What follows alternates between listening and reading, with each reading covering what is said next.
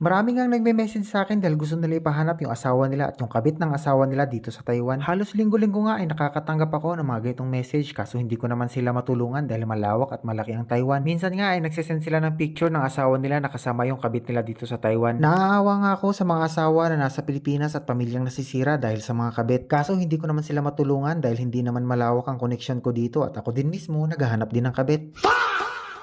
Sa mga hindi nga pala nakakakilala sa akin, ako nga pala si Ram, isang factory worker dito sa bansang Taiwan. Mahilig sa bilat kahit mukhang burat.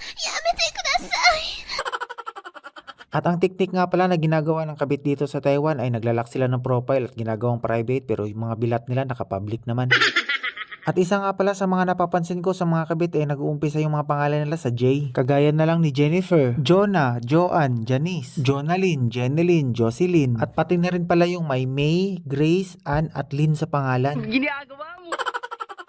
Hindi ko nga alam kung nagkataon lang ba talaga yan or nakatadhana talaga sa pangalan nila na mag-agaw ng may asawa. Pero alam nyo may benefit naman talaga ang pagiging kabit kasi sila kasi yung reserba kapag napupundi na yung ilaw ng tahanan.